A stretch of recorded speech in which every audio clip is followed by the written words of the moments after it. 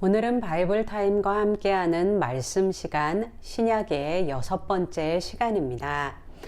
마태복음 12장에서 13장에서 천국에 대한 7가지 비유를 들어서 설명하신 예수님의 말씀에 이어 마태복음 14장부터는 예수님의 고향인 나사렛 사람들의 불신과 배척 이후에 예수님의 제3차 갈릴리 사역이라고 불리는 이야기가 시작됩니다.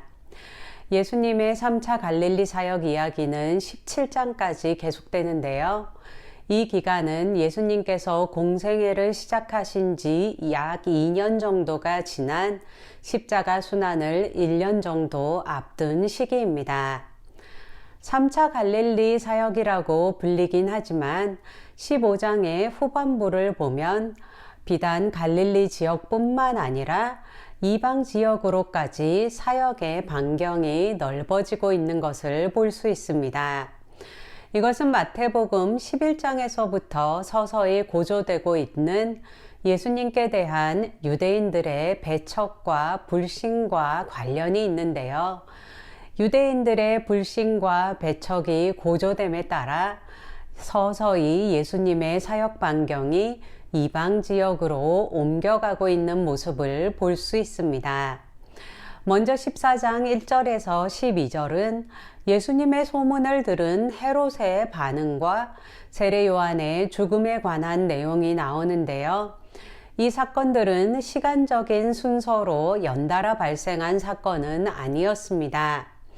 2절에 나오는 헤롯의 반응이 3절에서 12절에 나오는 세례 요한의 죽음을 그 배경으로 하고 있기에 함께 기록되었습니다.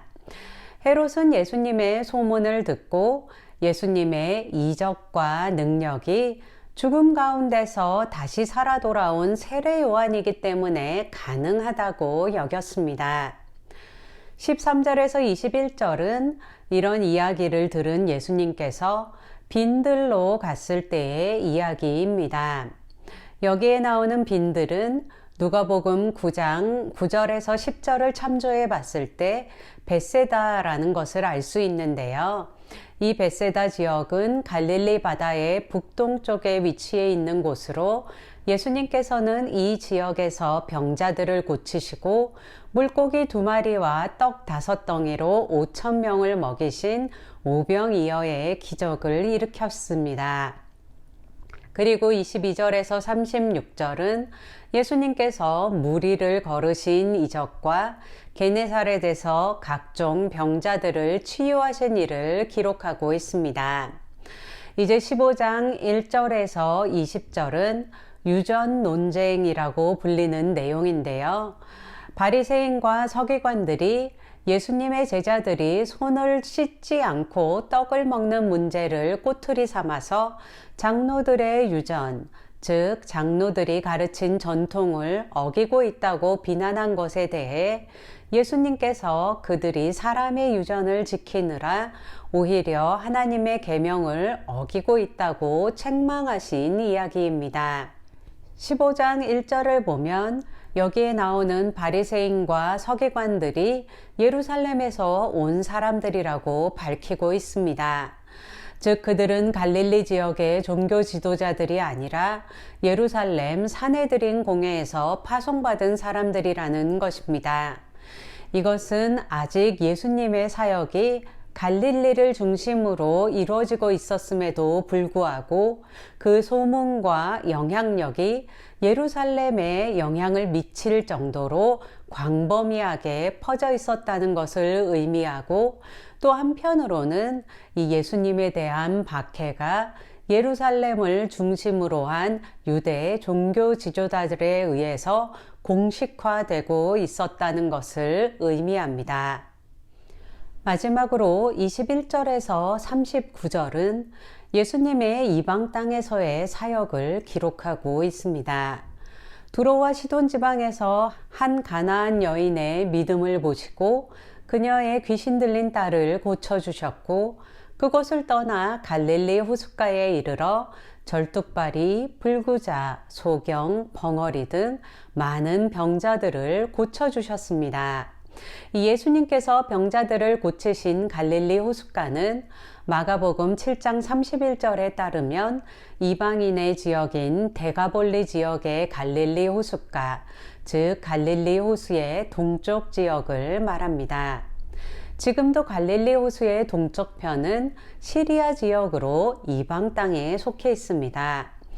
이렇게 예수님께서는 이방 땅에서도 사람들을 고치시고 치유하셨습니다. 그리고 마지막으로 나오는 칠병이어의 사건, 떡덩이 7개와 물고기 2마리로 4,000명을 먹이신 사건도 이 데가볼리 지역 중 한 곳으로 여겨집니다. 그리고 39절에 나와 있듯이 예수님께서는 마태복음에는 마가단이라고 기록되어 있고 마가복음에는 달마누다라고 기록되어 있는 곳으로 가셨습니다. 학자들은 이 지역을 막달라 마리아의 고향인 막달라로 봅니다. 이곳은 갈릴리 호수의 서편 지역으로 이스라엘에 속한 곳이었습니다. 다시금 유대 종교 지도자들과의 긴장이 고조될 것을 예고하듯이 15장의 마지막은 예수님께서 다시 이스라엘에 속한 지역으로 돌아가셨다고 마무리하고 있습니다. 이 오늘 본문인 14장에서 15장에 나온 예수님의 갈릴리 근방 지역의 사역들은 예수님께서 배척당하시고 여러 지역으로 이동하시는 와중에서도 따르는 무리들을 외면하지 않으시고 불쌍히 여기사 병든 자들을 치료해 주시고 먹을 것이 없는 자들에게 먹을 것을 주신 메시아의 사랑과 능력을 보여줍니다. 또한 오늘 본문은 메시아에 대한 믿음이 얼마나 중요한지를 보여줍니다. 예수님께서 갈릴리 지역의 이곳저곳과 이방 지역까지 다니신 이유는 궁극적으로 이스라엘의 불신 때문이었습니다. 또한 베드로가 무리를 걷다가 빠진 이유도 의심이었고 장로들의 유전 문제로 논쟁을 벌인 유대 종교 지도자들의 문제 역시 종교의 형식에 집착하며 참된 믿음을 잃어버린 결과였습니다.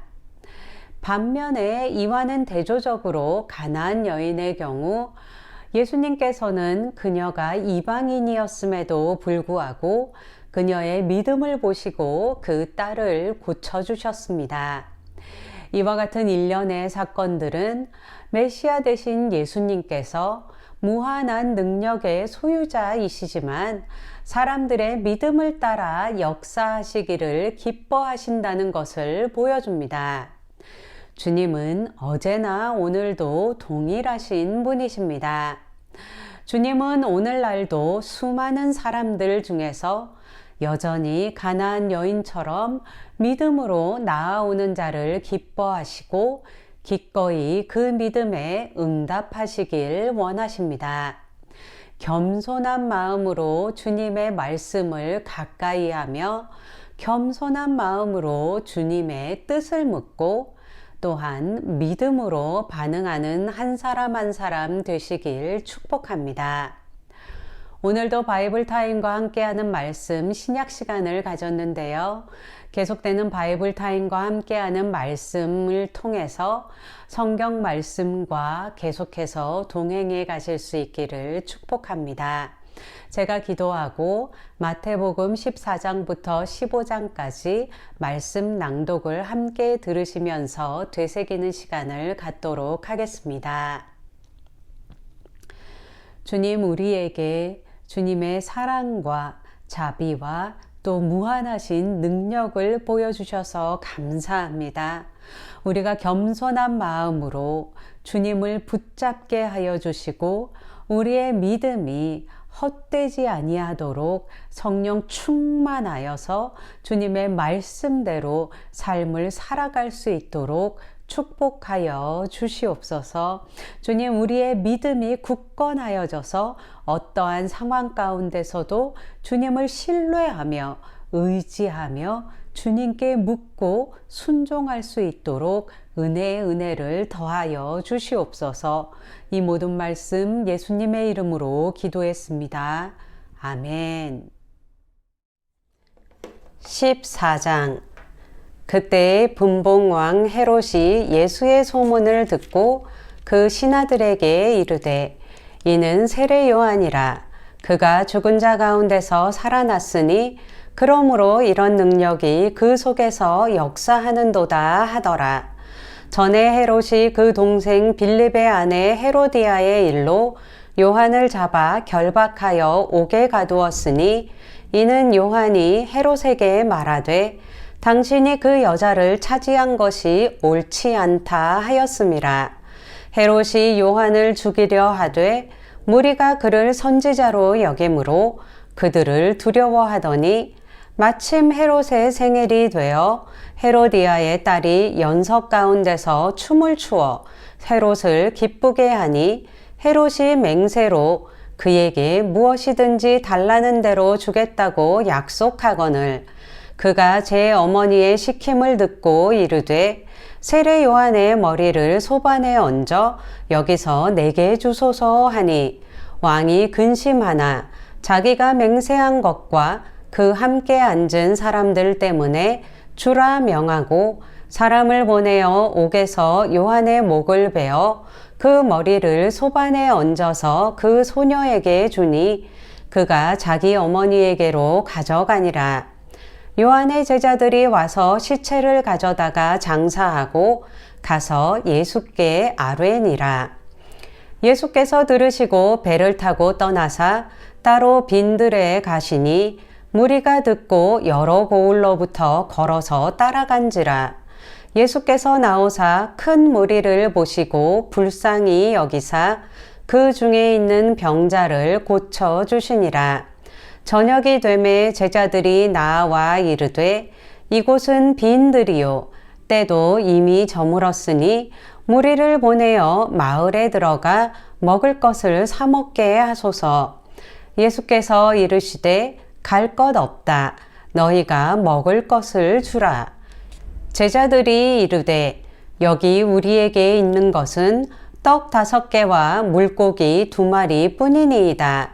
이르시되 그것을 내게 가져오라 하시고 무리를 명하여 잔디 위에 앉히시고 떡 5개와 물고기 2마리를 가지사 하늘을 우러러 축사하시고 떡을 떼어 제자들에게 주시매 제자들이 무리에게 주니 다 배불리 먹고 남은 조각을 12바구니에 차게 거두었으며 먹은 사람은 여자와 어린이 외에 5,000명이나 되었더라. 예수께서 즉시 제자들을 재촉하사 자기가 무리를 보내는 동안에 배를 타고 앞서 건너편으로 가게 하시고 무리를 보내신 후에 기도하러 따로 산에 올라가시니라. 저물매 거기 혼자 계시더니 배가 이미 육지에서 술이나 떠나서 바람의 거스름으로 물결로 말미암아 고난을 당하더라. 밤 4경에 예수께서 바다 위로 걸어서 제자들에게 오시니 제자들이 그가 바다 위로 걸어오심을 보고 놀라 유령이라 하며 무서워하여 소리 지르거늘 예수께서 즉시 이르시되 안심하라. 나니 두려워하지 말라. 베드로가 대답하여 이르되 주여 만일 주님이시거든 나를 명하사 물 위로 오라 하소서 하니 오라 하시니 베드로가 배에서 내려 물 위로 걸어서 예수께로 가되 바람을 보고 무서워 빠져가는지라. 소리질러 이르되 주여 나를 구원하소서 하니 예수께서 즉시 손을 내밀어 그를 붙잡으시며 이르시되 믿음이 작은 자여 왜 의심하였느냐 하시고 배에 함께 오름에 바람이 그치는지라. 배에 있는 사람들이 예수께 절하며 이르되 진실로 하나님의 아들이로소이다 하더라. 그들이 건너가 게네사렛 땅에 이르니 그곳 사람들이 예수이신 줄을 알고 그 근방에 두루 통지하여 모든 병든 자를 예수께 데리고 와서 다만 예수의 옷자락에라도 손을 대게 하시기를 간구하니 손을 대는 자는 다 나음을 얻으니라. 15장. 그때에 바리새인과 서기관들이 예루살렘으로부터 예수께 나아와 이르되 당신의 제자들이 어찌하여 장로들의 전통을 범하나이까? 떡 먹을 때에 손을 씻지 아니하나이다.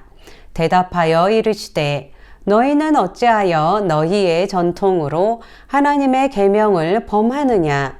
하나님이 이르셨으되 내 부모를 공경하라 하시고 또 아버지나 어머니를 비방하는 자는 반드시 죽임을 당하리라 하셨거늘 너희는 이르되 누구든지 아버지에게나 어머니에게 말하기를 내가 드려 유익하게 할 것이 하나님께 드림이 되었다고 하기만 하면 그 부모를 공경할 것이 없다 하여 너희의 전통으로 하나님의 말씀을 폐하는도다. 외식하는 자들아 이사야가 너희에 관하여 잘 예언하였도다. 일러스되 이 백성이 입술로는 나를 공경하되 마음은 내게서 멀도다. 사람의 계명으로 교훈을 삼아 가르치니 나를 헛되이 경배하는도다 하였느니라 하시고 이에 예수께서 대답하여 이르시되 여자여 내 믿음이 크도다. 내 소원대로 되리라 하시니 그때로부터 그의 딸이 나으니라. 예수께서 거기서 떠나사 갈릴리 호숫가에 이르러 산에 올라가 거기 앉으시니 큰 무리가 다리 저는 사람과 장애인과 맹인과 말 못하는 사람과 기타 여럿을 데리고 와서 예수의 발 앞에 앉힘에 고쳐주시니 말 못하는 사람이 말하고 장애인이 온전하게 되고 다리 저는 사람이 걸으며 맹인이 보는 것을 무리가 보고 놀랍게 여겨 이스라엘의 하나님께 영광을 돌리니라. 예수께서 제자들을 불러 이르시되 내가 무리를 불쌍히 여기노라. 그들이 나와 함께 있은지 이미 사흘임에 먹을 것이 없도다. 길에서 기진할까 하여 굶겨 보내지 못하겠노라. 제자들이 이르되 광야에 있어 우리가 어디서 이런 무리가 배부를 만큼 떡을 얻으리이까? 예수께서 이르시되 너희에게 떡이 몇 개나 있느냐? 이르되 7개와 작은 생선 2마리가 있나이다 하거늘 예수께서 무리에게 명하사 땅에 앉게 하시고 떡 7개와 그 생선을 가지사 축사하시고 떼어 제자들에게 주시니 제자들이 무리에게 주매 다 배불리 먹고 남은 조각을 7 광주리에 차게 거두었으며 먹은 자는 여자와 어린이 외에 4,000명이었더라. 예수께서 무리를 흩어보내시고 배에 오르사 마가단 지경으로 가시니라.